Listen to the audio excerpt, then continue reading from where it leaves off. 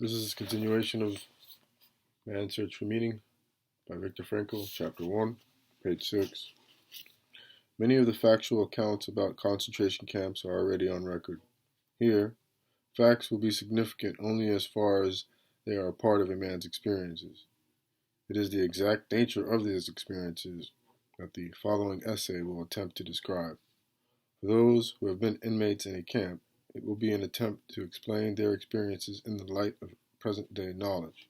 And for those who have never been inside, it may help them to comprehend and above all to understand the experiences of that only too small percentage of prisoners who survived and who now find life very difficult. These former prisoners often say, "We dislike talking about our experiences."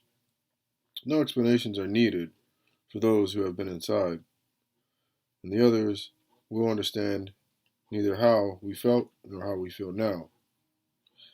To attempt a methodological presentation of the subject is very difficult, as psychology requires a certain scientific detachment. But does a man who makes his observations while he himself is a prisoner possess the necessary detachment? Such detachment is granted to the outsider, but he is too far off removed to make any statements of real value. Only the man inside knows. His judgments may not be objective. His evaluations may be out of proportion. This is inevitable. An attempt must be made to avoid any personal bias, and that is the real difficulty of a book of this kind. At times, it will be necessary to have the courage to tell of very intimate experiences. I had intended to write this book anonymously, using my prison number only.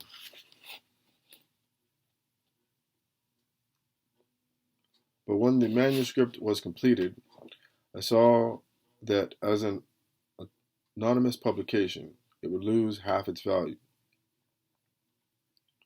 and that I must have the courage to state my convictions openly. I therefore refrained from deleting any of the passages, in spite of an intense dislike of exhibitionism.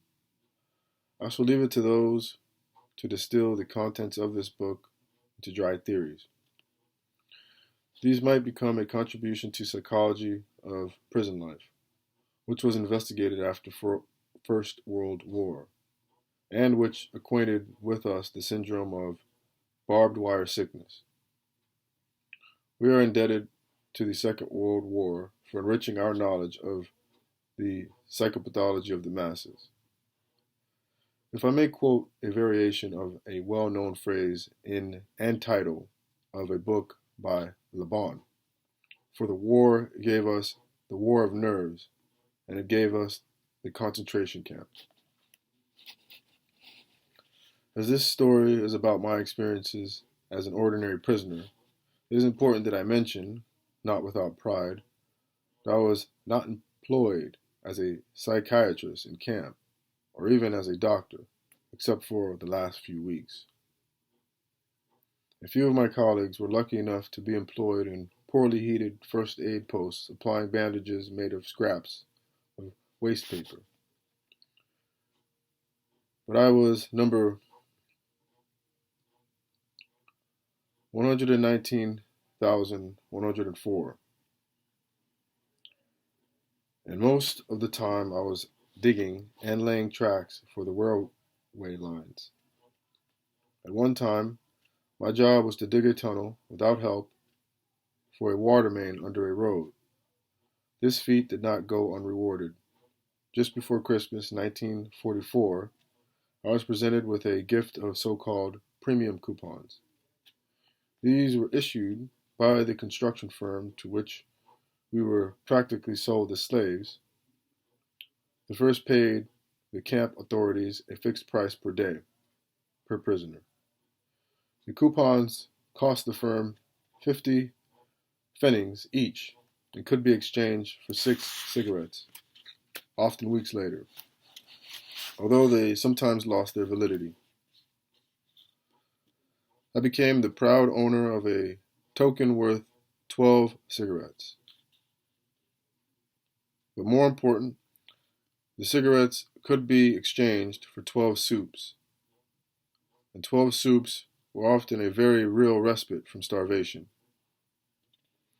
The privilege of actually smoking cigarettes was reserved for the capo, who had his assured quota of weekly coupons, or possibly for a prisoner who worked as a foreman in a warehouse or workshop and received a few cigarettes in exchange for doing dangerous jobs. The only exceptions to this were those that had lost the will to live and wanted to enjoy their last days. Thus, when we saw a comrade smoking his own cigarettes, we knew he had given up faith in his strength to carry on, and, once lost, the will to live seldom returned. When one examines the vast amount of material which has been amassed as a result of many prisoners' observations and experiences, 3 phases of the inmate's mental reactions to camp life became apparent. The period following his admission, the period when he is well entrenched in camp routine, and the period following his release and liberation.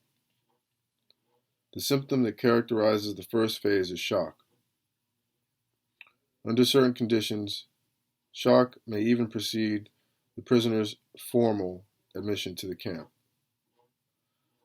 I shall give as an example the circumstances of my own admission. 1,500 persons had been traveling by train for several days and nights. There were 80 people in each coach. All had to lie on top of their luggage, a few remnants of their personal possessions.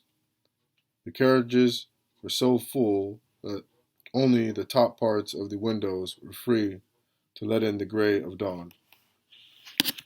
Everyone expected the train to head for some munitions factory, in which we would be employed as forced labor. We did not know whether we were still in Silesia or already in Poland. The engine's whistle had an uncanny sound, like a cry for help sent out in a commiseration for the unhappy load which it was destined to lead into perdition. Then the train shunted, obviously nearing the main station. Suddenly, a cry broke from the ranks of anxious passengers. "There's a sign, Auschwitz!" Everyone's heart missed a beat at that moment. Auschwitz, the very name, stood for all that was horrible. Gas chambers, crematoriums, massacres. Slowly, almost hesitantly, the train moved on as if it wanted to spare its passengers the dreadful realization as long as possible. Auschwitz. With the progressive dawn, the outlines of an immense camp became visible. Long stretches of several rows of barbed wire fences, watchtowers, searchlights, and long columns of ragged human figures, gray in the grayness of dawn, trekking along the straight, desolate roads, to what destination we did not know. There were isolated shouts and whistles of command. We did not know their meaning. My imagination led me to see gallows with people dangling on them. I was horrified, but this was just as well, because step by step we had to become accustomed to a terrible and immense horror. Eventually we moved into the station. The initial silence was interrupted by shouted commands. We were to hear those rough, shrill tones from then on, over and over again in all the camps. Their sound was almost like the last cry of a victim. And yet, there was a difference. It had a rasping hoarseness, as if it came from the throat of a man who had to keep shouting like that. A man who was being murdered again and again. The carriage doors were flung open, and a small detachment of prisoners stormed inside. They wore striped uniforms. Their heads were shaved, but they looked well fed. They spoke in every possible European tongue, and all with a certain amount of humor, which sounded grotesque under the circumstances. Like a drowning man clutching a straw, my inborn optimism, which was often controlled my feelings even in the most desperate situations, clung to this thought. These prisoners look quite well. They seem to be in good spirits and even laugh. Who knows? I might manage to share their favorable position.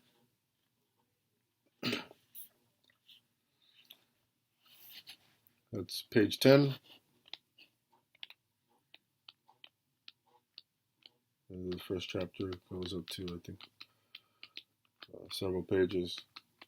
But I don't want to make these videos too long. I'll continue reading after this video. Thank you.